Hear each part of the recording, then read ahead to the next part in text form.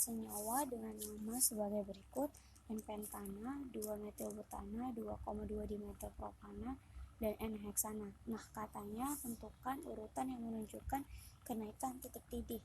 Nah, untuk menentukan kenaikan dari titik didih, teman-teman harus ingat kembali kalau bahwasanya dalam senyawa kita harus identifikasi dulu nih senyawanya ini termasuk ke dalam jadi senyawa apa. Nah, kalau teman-teman lihat ini kan akhirnya semuanya ana ya, nih ana, maka keempat senyawa ini termasuk ke dalam senyawa alkana. Nah, dalam satu deret homolog alkana, untuk kenaikan titik didih itu semakin panjang rantainya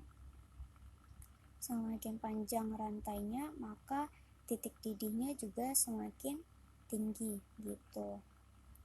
Nah, kalau begitu maka di antara keempat senyawa ini kita urutin nih dari yang paling urutan yang menunjukkan kenaikan titik didih. Berarti kan kalau begitu titik didih dari yang paling rendah sampai ke yang paling tinggi gitu. Kita identifikasi nih satu-satu strukturnya. Yang I1 itu katanya N-pentana, berarti rantai utamanya itu ada 5, 1, 2, 3, 4, dan 5. Karena normal berarti biasa aja, gak ada cabangnya. Oke, berarti begini nih gambarnya.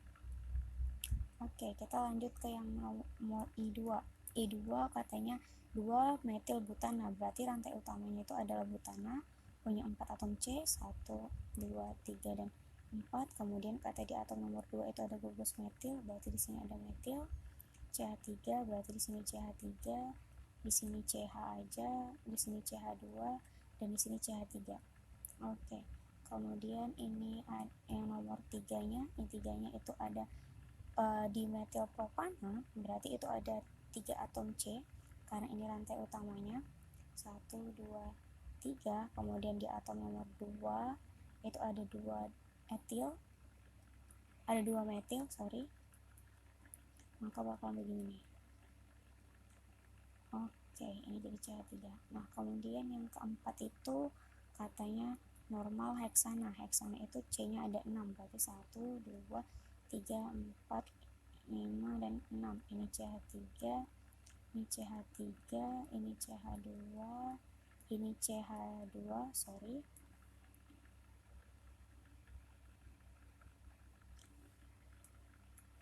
ini CH2, ini CH2,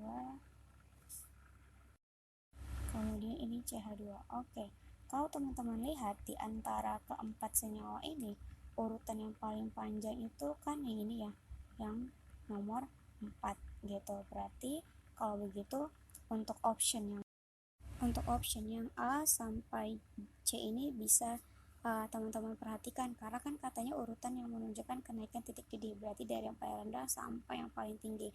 Berarti kalau begitu yang paling tinggi itu kan yang ini nih, yang nomor 4.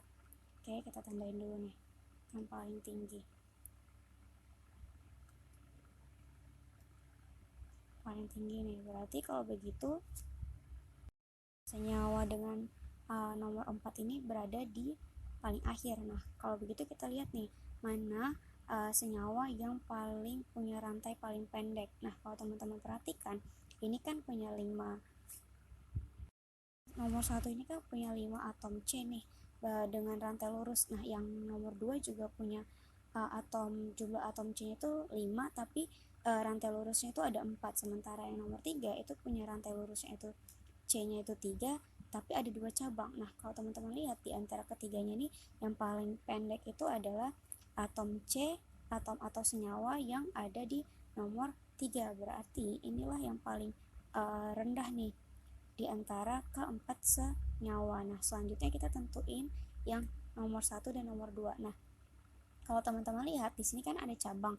Di antara rantai lurus dan rantai bercabang, tentunya rantai lurus punya titik didih yang paling tinggi. Nah, jadi kalau begitu ini urutan yang pertama, kemudian ini urutan yang kedua, dan ini urutan yang ketiga, lalu ini urutan yang keempat, urutan dengan yang menunjukkan kenaikan dari titik didih. Berarti kalau begitu jawaban yang tepat adalah yang mana teman-teman? 3, kemudian 2, kemudian 1, lalu 4. Maka jawaban yang tepat adalah C. Oke, sekian.